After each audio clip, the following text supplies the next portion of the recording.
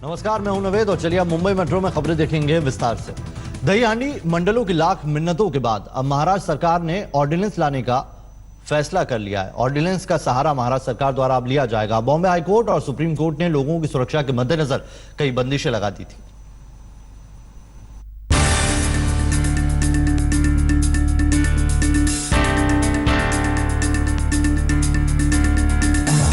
अगर महाराष्ट्र सरकार का बस चला तो ये ऊंची ऊंची दहीहांडी और उसे तोड़ने के लिए एक के ऊपर एक चढ़ते गोविंदा एक बार फिर मुंबई में दिखेंगे। दरअसल दहीहांडी 6 हफ्तों में आयोजित होने वाली है और इसकी तैयारी अभी से शुरू हो चुकी है, लेकिन आयोजक चाहते हैं कि पिछले 2 सालों के जैसा यह आयोजन इस बार फिर फीका नहीं रहे और इसीलिए यह सरकार से बातचीत करने पहुंचे थे। महाराष्ट्र के सभी दहीहांडी पथक जो है उनकी यही भूमिका है कि हाइट और जो उम्र की जो रेस्ट्रिक्शंस जो सुप्रीम कोर्ट ने या हाई कोर्ट ने लगाई है वो ख़त्म हो जाए, लेकिन अभी तक वो मैटर माननीय सर्वोच्च न्यायालय में प्रलंबित है और इसके लिए सरकार की तरफ से आज हमें बहुत ही सटीक और सकारात्मक भूमिका से सीएम साहब ने हमसे बात की है। दरअसल दहीहांडी के आयोजकों को तब झटका लगा था जब बॉम्बे हाईकोर्ट ने एक जनहित याचिका की सुनवाई के दौरान दहीहांडी में छोटे बच्चों के इस्तेमाल पर रोक लगा दी थी। साथ ही 20 फीट से ऊंचे थर लगाने पर रोक लगा दी गई थी।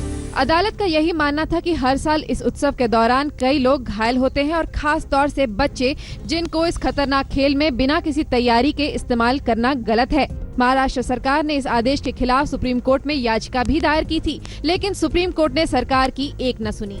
हालांकि दहीहांडी में इस तरह से मानव पिरामिड बनाना महाराष्ट्र में काफी लोकप्रिय है और अदालत के आदेश के खिलाफ दहीहांडी के मंडलों ने पिछले साल विरोध प्रदर्शन भी किया था। एमएनएस और शिवसेना भी इन मंडलों का साथ देती दिख रही है और इसीलिए शायद महाराष्ट्र सरकार मंडलों के इस मांग के सामने झुकती नजर आ रही है।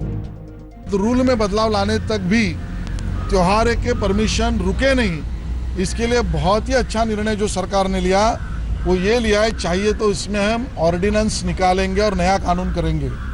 तो नया ऑर्डिनेंस निकाल के नया कानून करके भी मुंबई और महाराष्ट्र के गणेशोत्सव और दहीकाला उत्सव और रिलीजियस जो भी उत्सव है उन सबको परमिशन मिले, इस प्रकार की सटीक भूमिका माननीय मुख्यमंत्री ने ली है। हम उनका अभिनंदन करते हैं। कई राजनेता खुद लाखों के इनाम रखते हैं ऊंची से ऊंची दहीहांडी तोड़ने वाले मंडलों के लिए, और जब दूसरी राजनीतिक पार्टियां मंडलों के समर्थन में हैं, तो बीजेपी के पास भी कोई चारा नहीं है। सरकार में रहते हुए पार्टी ने अदालत के खिलाफ जाकर ये निर्णय लेने का फैसला कर लिया है। कमलेश सुतार, मुंबई, आज तक। अपने गर्म मिजाज के लिए जाने जाने वाले नारायण राणे के बेटे और कांग्रेस नेता नीतीश राणे ने सिंधुदुर्ग में मत्स्य विभाग के कमिश्नर के साथ न सिर्फ गाली गलौज की बल्कि मछली तक उठाकर दे मारी।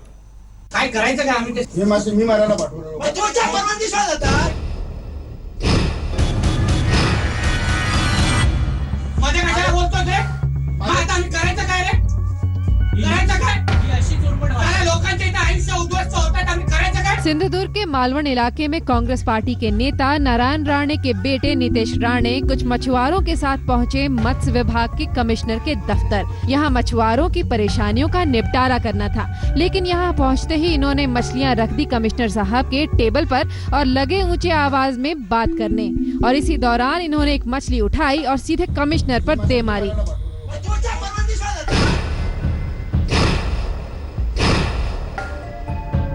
यही नहीं, कमिश्नर प्रदीप वस्त को गाली भी दे डाली। हे आम्ही मारायला जातो असं बोलतो का उलट? तू तुझं काम करत नाही म्हणून आम्हाला इथे येऊन बसायला लागतंय, तुझं काम करायला लागतंय आम्हाला।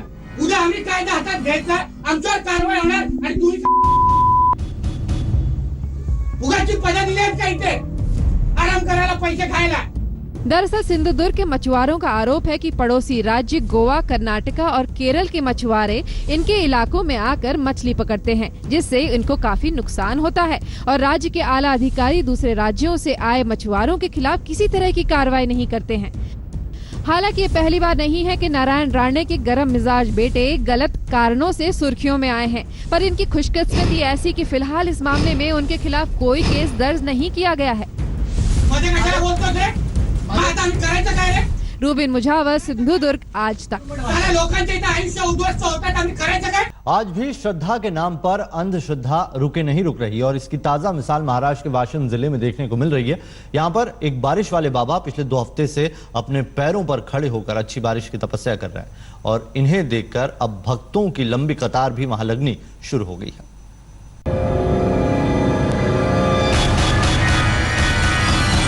वाशिम जिले के मालेगांव तहसील के सोयता गांव में एक किसान के खेत में बारिश वाले बाबा पिछले 17 दिनों से तपस्या कर रहे हैं। ये एक स्टूल का सहारा लेकर लगातार इस खेत में 17 दिनों से खड़े हैं ताकि राज्य में अच्छी बारिश हो। हालांकि इस इलाके में बारिश का मौसम आते ही बारिश जरूर हुई थी, लेकिन थोड़ी से बारिश के बाद ही बादलों का नामो निशान गायब हो गया और इसीलिए यहाँ के लोगों को लगता है कि बाबा जी की कड़ी तपस्या से फायदा होगा। बारिश वाले बाबा जी के दर्शन के लिए लोगों का तांता लगना शुरू हो गया है। मागील 17 दिवसापासून बारिशवाले बाबा पावसासाठी शेतात उभे राहून तपस्या करीत आहे। महाराज तपस्या जी आहे ही त्यांनी कोणत्याही प्रकारचं अन्न न घेताना त्या ठिकाणी सतत उभे राहून तपस्या करत आहेत। पावसासाठी म्हणून त्यांनी तपस्या ही मांडलेली आहे आणि नक्कीच त्या तपस्येचं यश मिळणार आहे।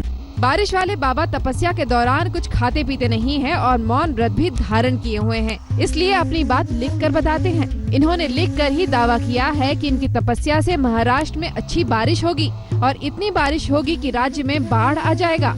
हालांकि पहली बार नहीं है कि बाबा इस तरह की तपस्या कर रहे हैं। इससे पहले उदयपुर में वो इसी तरह का दावा कर तपस्या कर रहे थे, लेकिन वहाँ के प्रशासन ने उन्हें वहाँ से हटने का आदेश दे दिया था। लेकिन अब तक महाराष्ट्र सरकार ने ऐसा कोई कदम नहीं उठाया है। जाका खान, वाशिम, आज तक। बात मोदी के इजराइल दौरे की, जहां पर आखिरी दिन भी कई यादगार तस्वीरों से दुनिया को वास्ता हुआ। मोदी और बेंजामिन नेतन्याहू मशहूर ओल्गा बीच पहुंचे, जहां पर इन दोनों की दोस्ती की एक अलग ही तस्वीर दिखाई पड़ी। मोदी ने वहां पर पोर्टेबल वाटर प्यूरिफायर का भी जायजा लिया।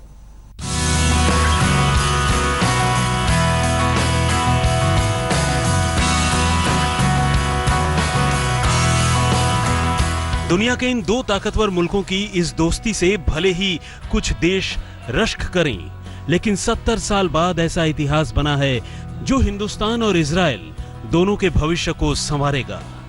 प्रधानमंत्री नरेंद्र मोदी और प्रधानमंत्री बेंजामिन नेतन्याहू का ये मजबूत होता रिश्ता उस विकास का परिचायक है जहां दोनों एक दूसरे के पूरक हैं।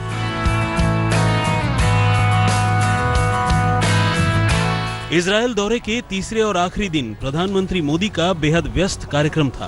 परदेश में प्रधानमंत्री जय जवान और जय विज्ञान की राह पर चल रहे हैं। पहले हाइफा के वॉर मेमोरियल में शहीद सैनिकों को श्रद्धांजलि दी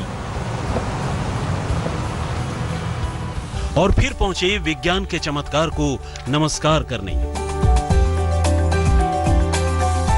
इजराइल के मशहूर ओल्गा बीच पर प्रधानमंत्री ने काफी वक्त दिया। ये वो जगह है जहां समंदर के खारे पानी को पीने लायक बनाया जाता है, वो भी चलते चलते। जी हां, प्रधानमंत्री मोदी ने ओल्गा बीच पर पोर्टेबल वाटर प्यूरिफायर का जायजा लिया।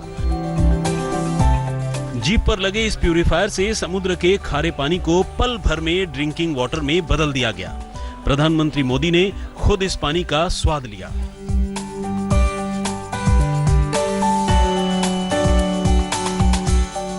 इससे पहले ओल्गा बीच पर अंतर्राष्ट्रीय दोस्ती की नई मिसाल बने मोदी और नेतन्याहू ने कुछ ऐसे लम्हों को अपनी जिंदगी का हिस्सा बनाया जिसका मौका शायद बार बार नहीं मिलता।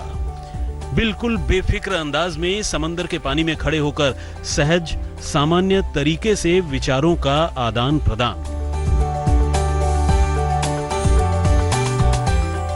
We're alive. We're here on the beach. 2 friends, India, Israel, and we went on a jeep. But it's a Duchu jeep.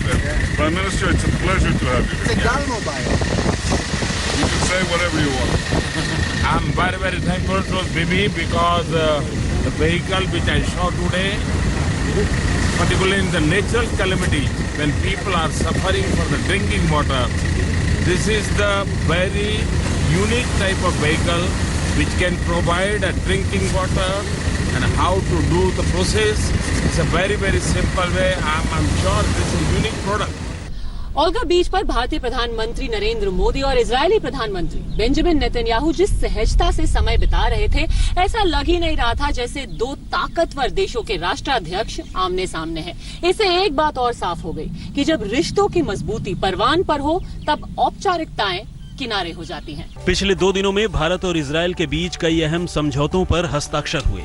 दोनों प्रधानमंत्री बेहद बिजी रहे, लेकिन दौरे के आखिरी दिन दोनों विश्व नेताओं ने कुछ ऐसे पलों से साक्षात्कार का कार्यक्रम बनाया जहां कुछ चंद हल्के लम्हों के साथ साथ कुछ जानने देखने का मौका भी मिला। ओल्गा बीच, इजरायल से पद्मजा जोशी के साथ आज तक ब्यूरो। और अब खबर तमिलनाडु के कोयम्बटूर से, जहां पर एक सड़क हादसे में एक महिला की जान चली गई। बीच सड़क बाइक सवार ने महिला को टक्कर मार दी। टक्कर इतनी जोरदार थी कि महिला को तुरंत अस्पताल ले जाया गया, लेकिन बचाया नहीं जा सका।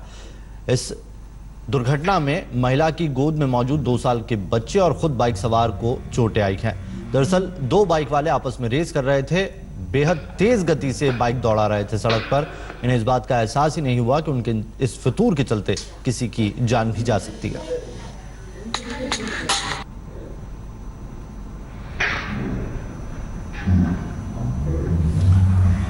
तो ये वो तस्वीरें हैं, आप देख सकते हैं। सुबह का वक्त है और इस दौरान भरी सड़क पर बेखौफ ये किस तरीके से रेस लगा रहे थे। इसका खमियाजा इस महिला को अपनी जान दे के चुकाना पड़ा है। गोद में 2 साल का एक मासूम था, उसे भी चोटें आई हैं। आपका फितूर कब आपके सिर पर चढ़ जाता है आपको एहसास नहीं होता, और उसका भुगतान कोई और करता है। इस बाइक रेस में, एक बेफिजूल की बाइक रेस में कोयम्बटूर में इस महिला को अपनी जान देनी पड़ी है। ये तस्वीरें सीसीटीवी की, अब देख सकते हैं कितना भीषण ये एक्सीडेंट था और महिला हवा में कितना उलझी। लोग वहां मौजूद थे, तुरंत उपचार दिया गया, अस्पताल तक ले जाया गया, लेकिन बचाया नहीं जा सका।